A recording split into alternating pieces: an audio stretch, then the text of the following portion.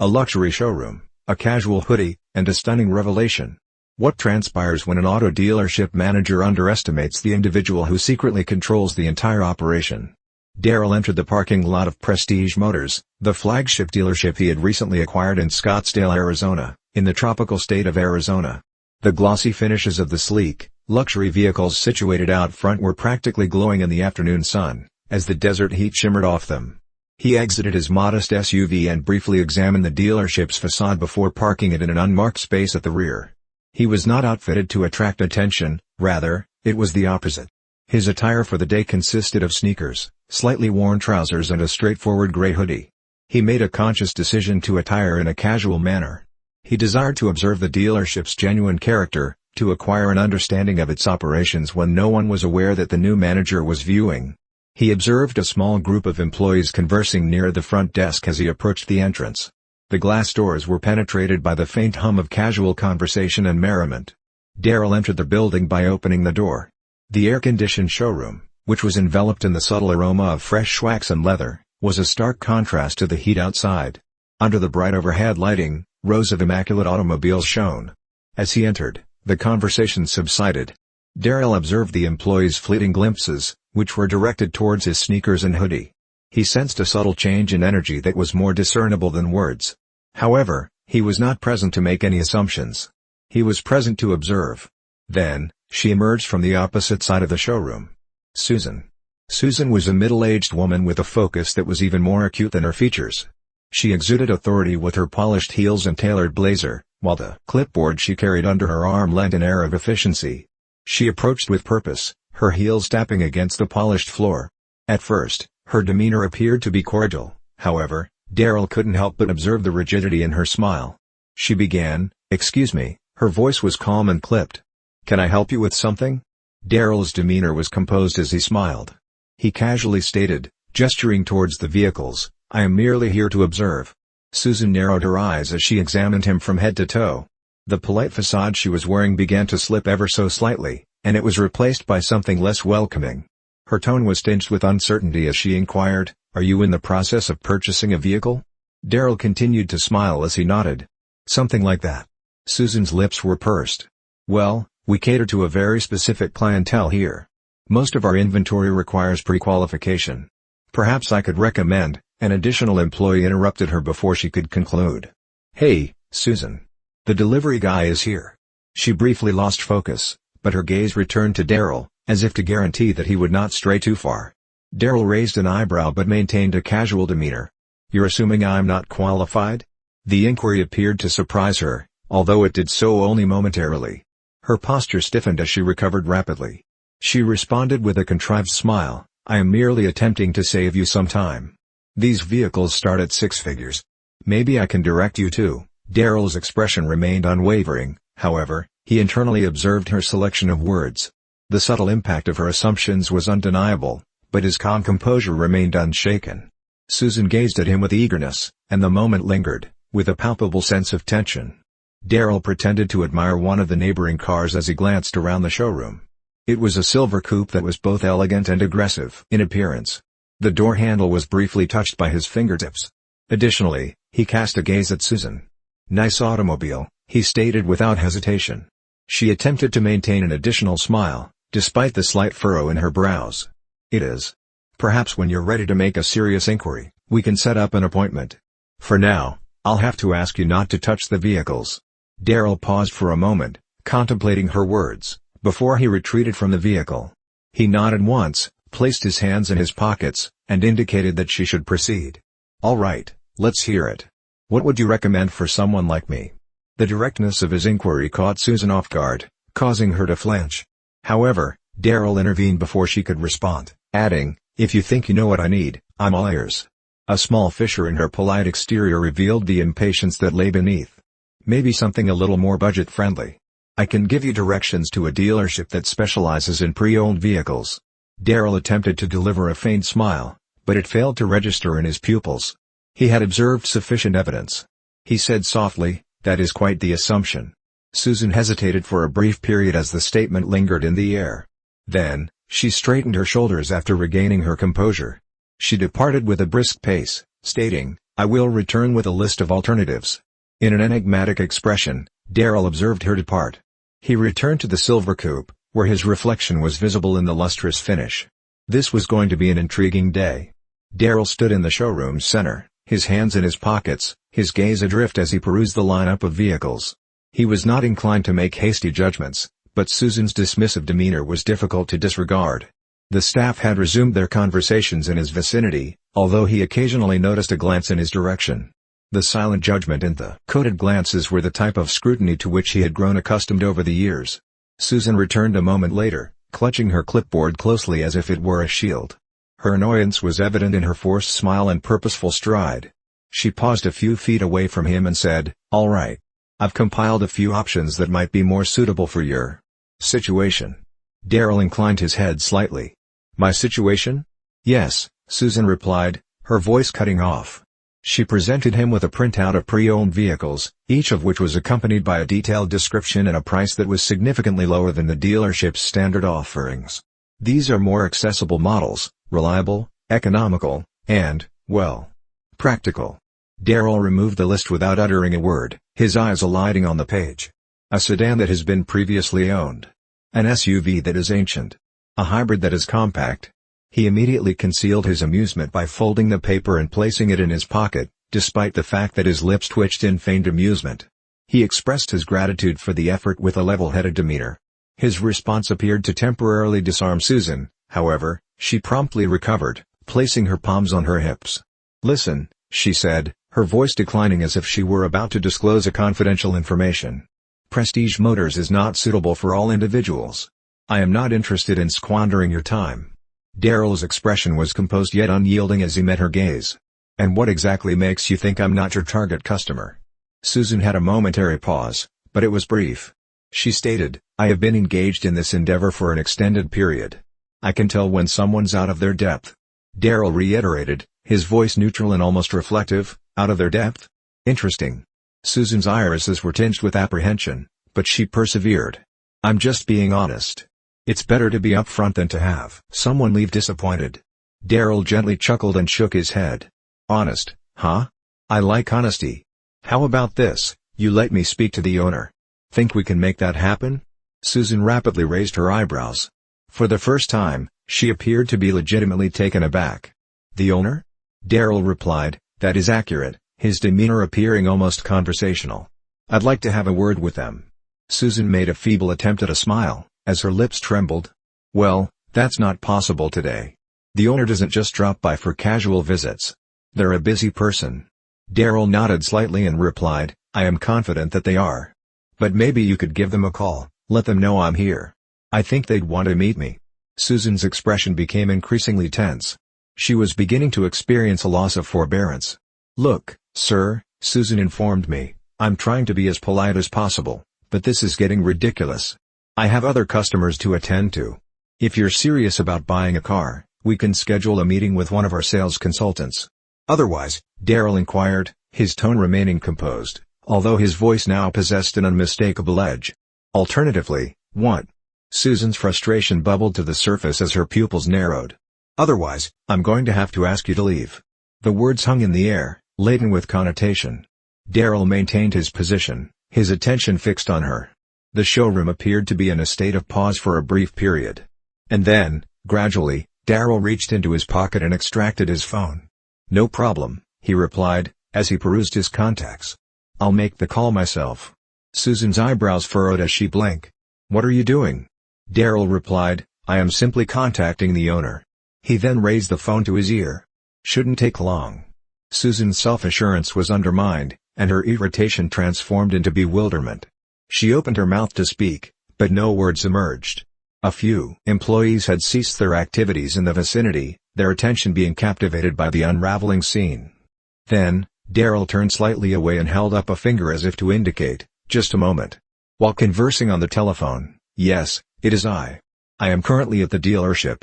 All is well, there was only a minor misunderstanding. Would you be able to inform them that I am present?" He terminated the conversation and reinserted the phone into his pocket. He abruptly returned to Susan and stated, "They will arrive shortly." Susan's mouth was slightly opened as she gazed at him. "Whom did you just contact?" Darrell did not respond immediately. Instead, he surveyed the showroom, his attention fixed on the staff, who were now observing with rapt attention. "I guess we'll find out," he said, his demeanor bordering on playfulness. The tension in the room was tangible, exerting a crushing force on all those in attendance. Susan's composure began to deteriorate as she shifted uncomfortably. The room appeared to be suspended in time, despite the passage of minutes. Susan was preoccupied with her clipboard, but her movements were deliberate and rigid, which suggested that she was feeling uneasy.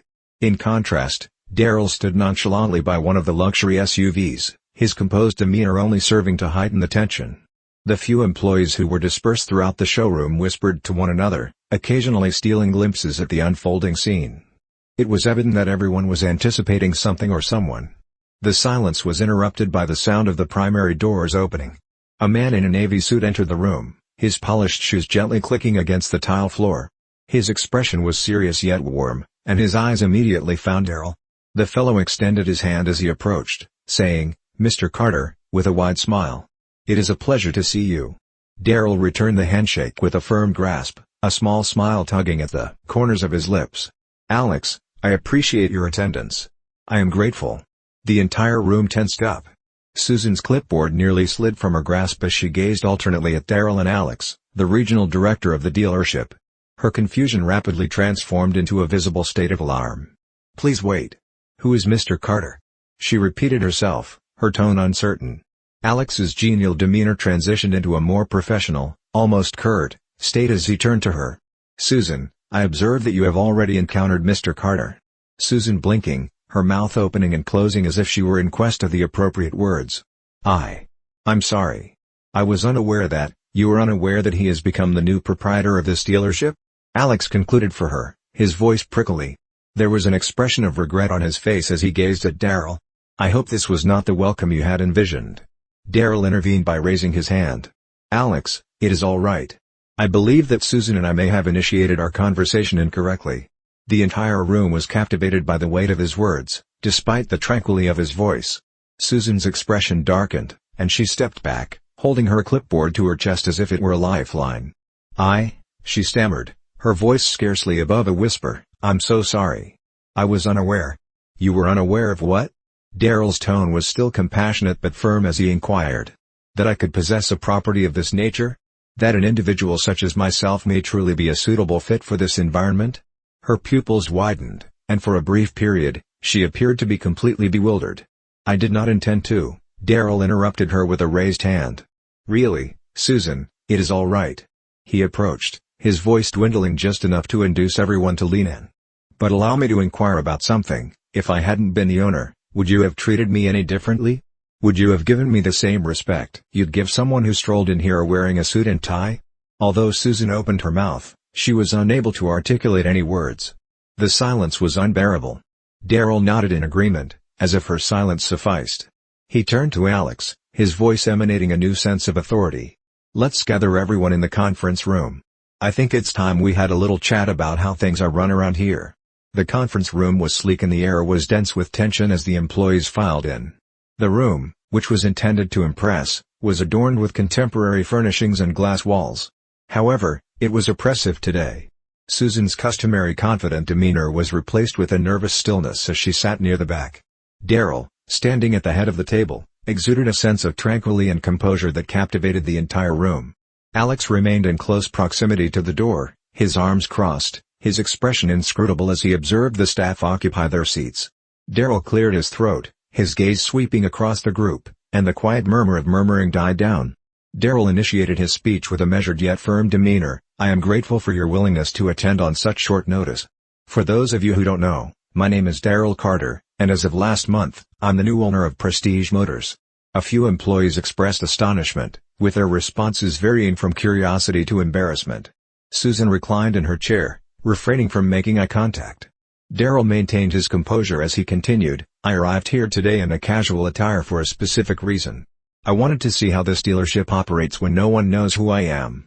I wanted to experience what a potential customer might feel walking through these doors." He paused for a moment to allow the words to settle before proceeding. "What I experienced today was disappointing. I was judged not for what I could bring to the table, but for how I looked. And I'm not here to single anyone out, But we need to talk about what that says about the culture of this dealership." Susan's face flushed as she shifted uneasily in her seat. Darrell's gaze momentarily flickered to her before returning to the group as a whole. "This is not solely about me," he stated. "It's about every person who walks through those doors. Every customer who doesn't fit into someone's preconceived notion of what a luxury car buyer looks like." One of the sales associates who was younger raised his hand with reluctance. He received an acknowledgement from Darrell.